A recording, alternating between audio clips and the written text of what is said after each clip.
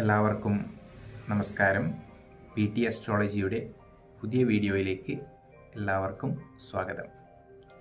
ഒരു 6-7 വീഡിയോയോളം ഞാൻ ജഗന്നാഥഹോരയിലെ ട്യൂട്ടോറിയൽ എന്ന രീതിയിൽ ചെയ്തിട്ടുണ്ട്. അതായത് നല്ലൊരു സോഫ്റ്റ്വെയർ ആണ് ജഗന്നാഥഹോര. എങ്ങനെ അത് നന്നായി ഉപയോഗിക്കാം എന്നതിനെക്കുറിച്ചാണ് പ്രധാനമായിട്ടും വീഡിയോസ് ചെയ്തത്.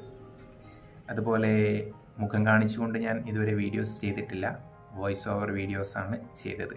അപ്പോൾ ആദ്യമായിട്ട് മുഖം കാണിച്ചുകൊണ്ട് ചെയ്യുന്ന ഒരു വീഡിയോ ആണ് ഇത്. അതിൽ ചെറിയൊരു കാര്യം കൂടി ഇന്ന് ഞാൻ ചേർക്കുകയാണ്. അതായത് ജഗന്നാഥഹോര സോഫ്റ്റ്വെയറിൽ എങ്ങനെ നമ്മൾക്ക് ഗ്രഹങ്ങളുടെ മൗഢ്യം, വക്രം, മൃത്യുഭാഗ എന്നിവ കാണാം എന്നതിനെക്കുറിച്ചാണ് ഞാൻ പ്രധാനമായിട്ടും പറയാൻ ഉദ്ദേശിക്കുന്നത്. നമ്മൾക്ക് സ്ക്രീനിലേക്ക് പോവാം. ഒരു നവാംശം നമ്മൾ ഓപ്പൺ ചെയ്തിട്ടുണ്ട്, ഗ്രഹനില നവാംശം. ഇവിടെ ശ്രദ്ധിക്കുക, ഗ്രഹനിലയിലേക്ക് നോക്കിക്കഴിഞ്ഞാൽ നമ്മൾക്ക് ബ്രാക്കറ്റിൽ ചില ഗ്രഹങ്ങൾ കൊടുത്തിട്ട് കാണാം. ഇവിടെ മാർസ് MA ബ്രാക്കറ്റിലാണ് കൊടുത്തിട്ടുള്ളത്. ആ ബ്രാക്കറ്റിൽ കൊടുത്ത ഗ്രഹം വക്രത്തിലാണ് എന്നതാണ് സൂചിപ്പിക്കുന്നത്. അപ്പം അങ്ങനെയാണ് നമ്മൾ വക്രത്തിലുള്ള ഗ്രഹങ്ങളെ ജഗന്നാഥഹോരയിൽ മനസ്സിലാക്കുന്നത്. അതുപോലെ തന്നെ ഒരു ഗ്രഹം മൗഢ്യത്തിലാണ് എങ്കിൽ നമ്മൾക്ക് എങ്ങനെ അറിയാൻ കഴിയും എന്നുകൂടി നോക്കാം. ഇവിടെ വലതുവശത്ത് ഗ്രഹങ്ങളുടെ സ്ഫുടങ്ങളുടെ ലിസ്റ്റ് കൊടുത്തിട്ട് കാണാം. അവിടെ ഒരു മൗസ് കൊണ്ട് റൈറ്റ് ക്ലിക്ക് ഞെക്കി അടിച്ചു കഴിഞ്ഞാൽ കുറേ ഓപ്ഷൻസ് കാണാം. അവിടെ കമ്പഷൻ എന്ന് പറയുന്നൊരു ഓപ്ഷൻ നിങ്ങൾക്ക് കാണും. അത് ക്ലിക്ക് ചെയ്ത് കഴിഞ്ഞാൽ ഏതൊക്കെ ഗ്രഹങ്ങളാണ് കമ്പസ്റ്റഡ് ആയിട്ടുള്ളതെന്ന്. ഇപ്പോൾ സ്ക്രീനിൽ കാണിച്ച ഗ്രഹനില പ്രകാരം മെർക്കുറി അവിടെ കമ്പസ്റ്റഡ് ആണ്, അതായത് ബുധൻ. ഇവിടെ കമ്പസ്റ്റൻ കണക്കാക്കുന്നത് 5 ഡിഗ്രിയാണ് കേട്ടോ.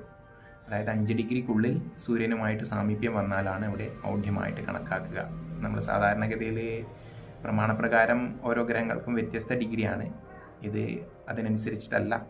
തീവ്രമായിട്ടുള്ള മൗഢ്യം ഉണ്ടെങ്കിൽ മാത്രമേ ഇവിടെ S എന്ന് കാണിക്കൂ, ഡിഫോൾട്ടായിട്ടുള്ള സെറ്റിങ്സിൽ.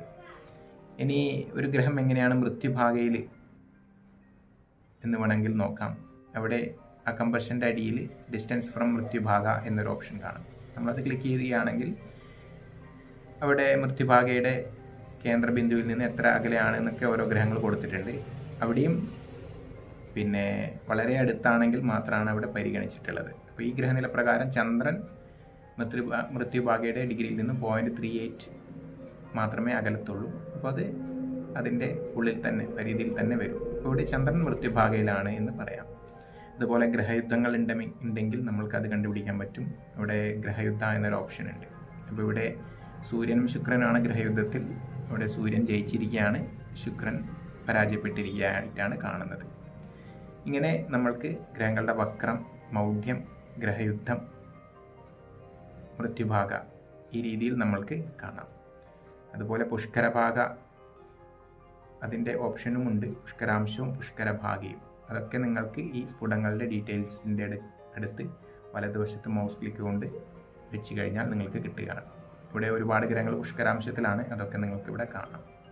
അപ്പോൾ ഇന്നത്തെ ഒരു ചെറിയ വീഡിയോസാണ്, ചെറിയൊരു ഇൻഫർമേഷൻ തരിക എന്നത് മാത്രമാണ് ഉദ്ദേശിച്ചിട്ടുള്ളത്. നിങ്ങൾക്കെല്ലാവർക്കും ഈ വീഡിയോ ഇഷ്ടമായി എങ്കിൽ സബ്സ്ക്രൈബ് ചെയ്യുക. എല്ലാവർക്കും നന്ദി, നമസ്കാരം. പുതിയൊരു വീഡിയോയും ആയിട്ട് നമുക്ക് അടുത്തയാഴ്ച കാണാം.